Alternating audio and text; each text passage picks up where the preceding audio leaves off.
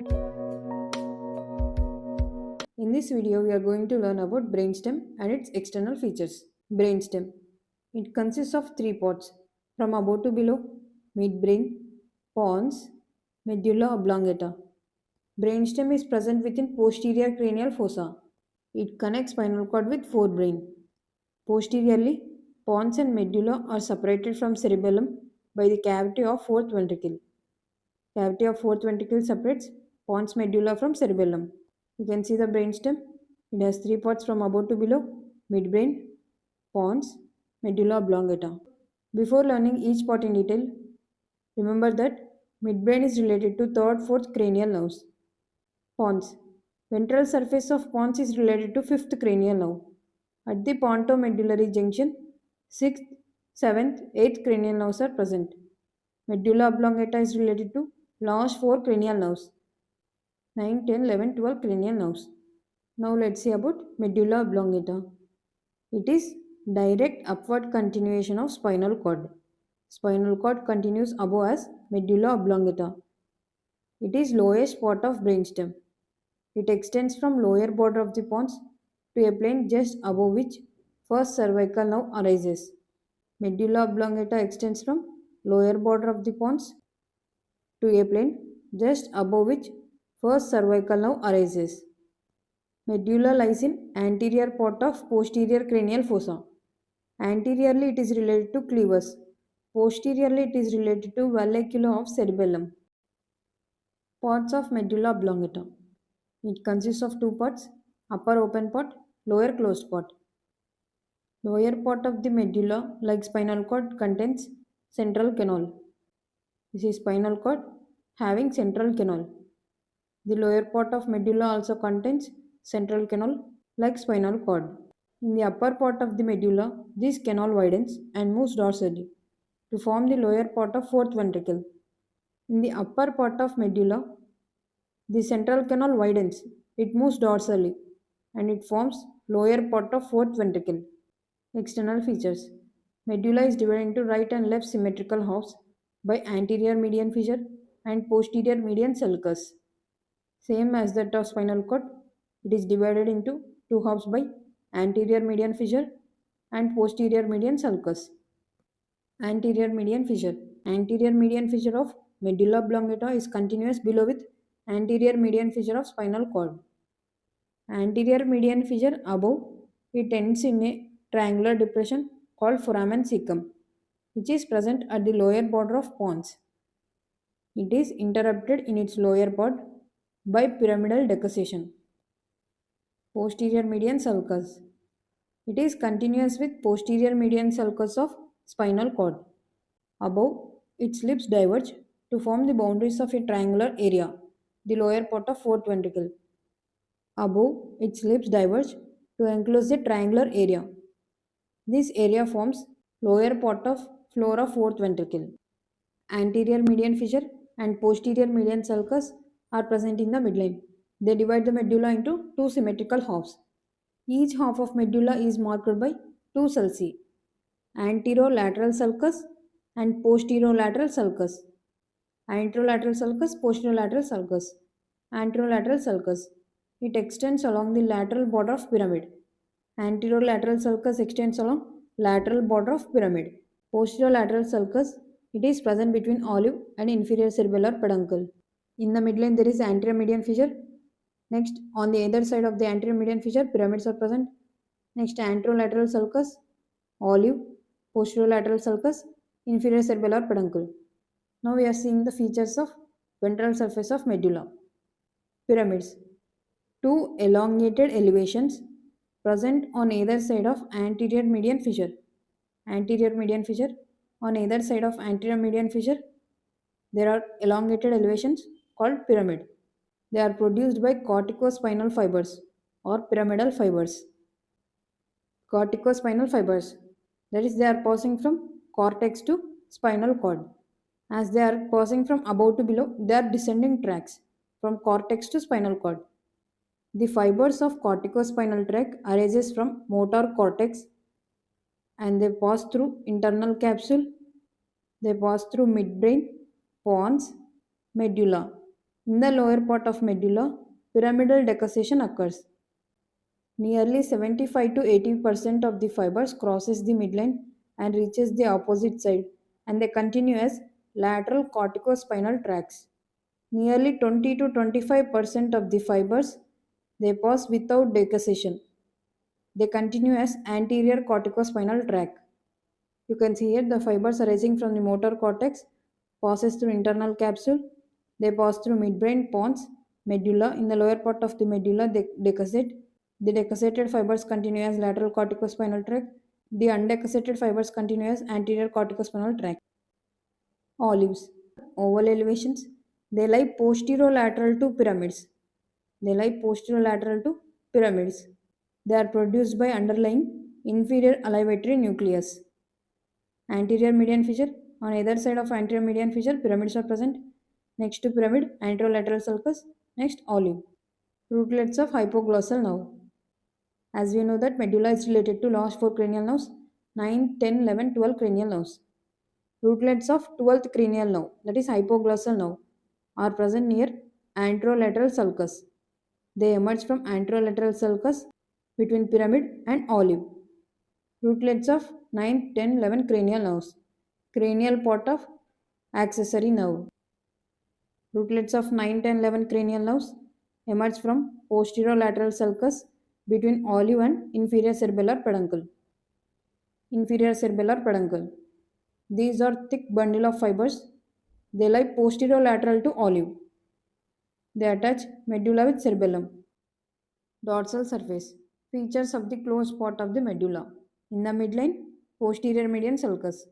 On either side of posterior median sulcus, there are three longitudinal elevations from medial to lateral, gracile tubercle, cuneate tubercle, inferior cerebellar peduncle. The upper ends of the fasciculus gracilis and fasciculus cuneatus expand to form the gracile and cuneate tubercles due to underlying nuclei of the same name. Features of the open part. Open part of the medulla forms lower part of the floor of the fourth ventricle. Upper part of the medulla forms lower part of floor of fourth ventricle. Now let's see about pons. It is middle part of the brainstem, present between midbrain and medulla. It lies in posterior cranial fossa on the clevus. It lies anterior to cerebellum. Pons lies anterior to cerebellum. On either side, it is continuous with middle cerebellar peduncle. The length of pons is about 2.5 centimeters. It forms upper half of floor of fourth ventricle. This is fourth ventricle. Pons forms upper part of floor of fourth ventricle. It consists of grey matter and white matter. External features of pons. It has two surfaces, two borders. Two surfaces. Ventral surface, dorsal surface. Ventral or anterior surface, dorsal or posterior surface. Two borders. Superior border, inferior border. Superior border, inferior border. Ventral surface. It is convex. In the midline, it presents a vertical groove called basilar groove, which lodges basilar artery. Basilar groove lodges basilar artery. You can see some transverse striations here. These transverse striations are due to underlying pontocerebellar fibers. Trigeminal nerve is attached to ventral surface of the pons by two roots. Small motor root, large sensory root. Motor root is medial, sensory root is lateral. Pons is continuous with middle cerebellar peduncles on either side. To demarcate the middle cerebellar peduncle from pons, draw a vertical line which passes lateral to sensory root of the trigeminal nerve. The part medial to this line is pons. The part lateral to this vertical line is middle cerebellar peduncle. At the pontomedullary junction, from medial to lateral, 6th, 7th, 8th cranial nerves are present. Abducent nerve, facial nerve, vestibulocochlear nerve. In between the facial nerve and vestibulocochlear nerve, nervus intermedius is present. Nervus intermedius is a part of facial nerve. It carries sensory and parasympathetic fibers. Dorsal surface. This surface is separated from cerebellum by the cavity of fourth ventricle. This surface forms upper part of floor of fourth ventricle. Borders: superior border, inferior border. Superior border, it is attached to cerebral peduncles. It is related to superior cerebellar artery. Inferior border, it forms the upper end of medulla. It is related to anterior inferior cerebellar artery. Blood supply of pons. Pons is supplied by numerous pontine branches which arises from basilar artery. It is also supplied by superior cerebellar artery and anterior inferior cerebellar artery. Now let's see about midbrain. It is upper and shortest part of brainstem. Upper and shortest part of brainstem. It is 2.5 centimeters long and 2.5 centimeters wide. It connects hindbrain with the forebrain. Hindbrain consists of pons, medulla, and cerebellum. Forebrain consists of telencephalon and diencephalon. The cavity of midbrain, called cerebral aqueduct, it connects third ventricle with the fourth ventricle. Midbrain passes through tentorial notch. Relations of midbrain. On each side, it is related to optic tract parahippocampal gyrus.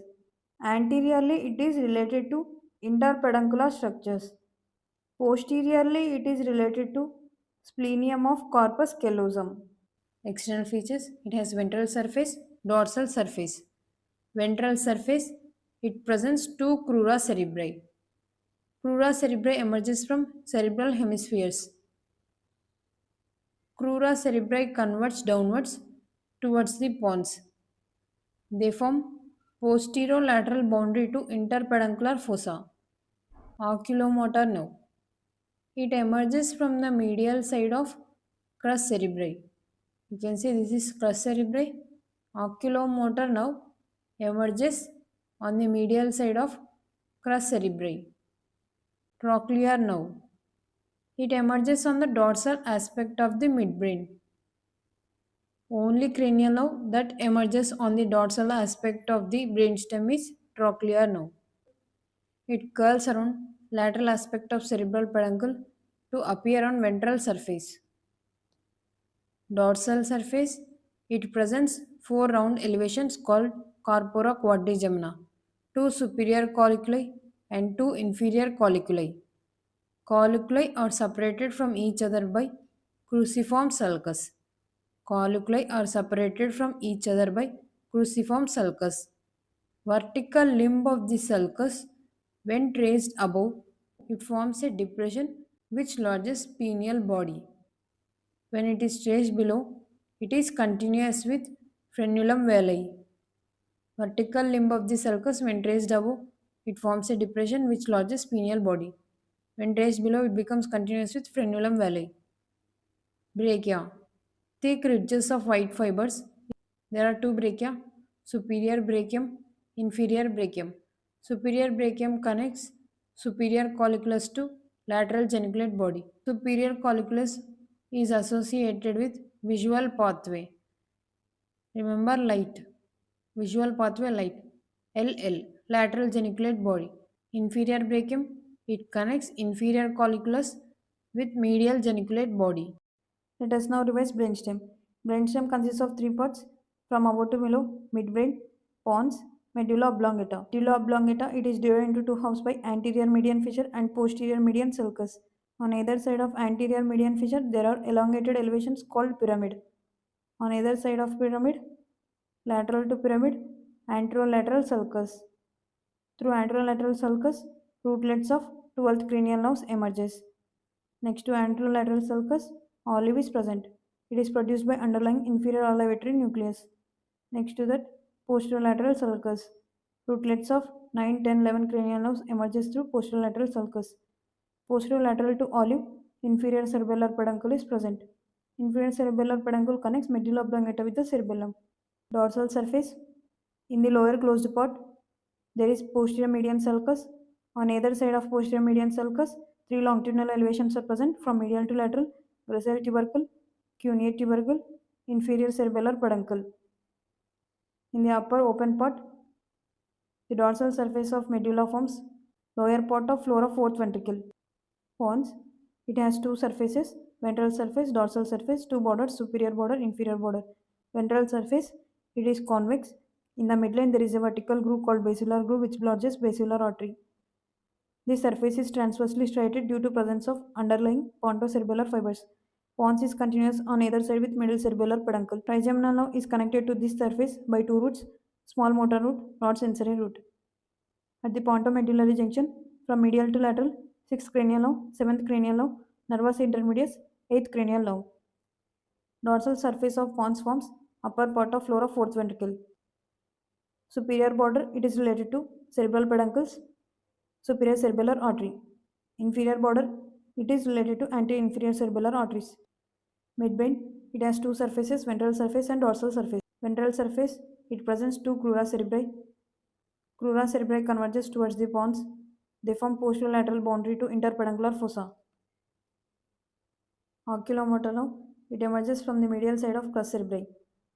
Its dorsal surface presents four round elevations called corpora quadragemina, two superior colliculi and two inferior colliculi. Superior colliculi are associated with visual pathway. Superior brachium connects superior colliculi with lateral geniculate body. Inferior colliculi, these are associated with auditory pathways. Inferior brachium connects inferior colliculi to medial geniculate body. Colliculi are separated from each other by cruciform sulcus. The vertical limb of this sulcus, when traced above, forms a depression which lodges pineal body. When it is traced below, it is continuous with frenulum veli. Midbrain is divided into two parts, small posterior part, large anterior part. Small posterior part is called tectum. Large anterior part, it consists of two cerebral peduncles. Each cerebral peduncle consists of three parts, from posterior to anterior, tegmentum, substantia nigra, crus cerebri.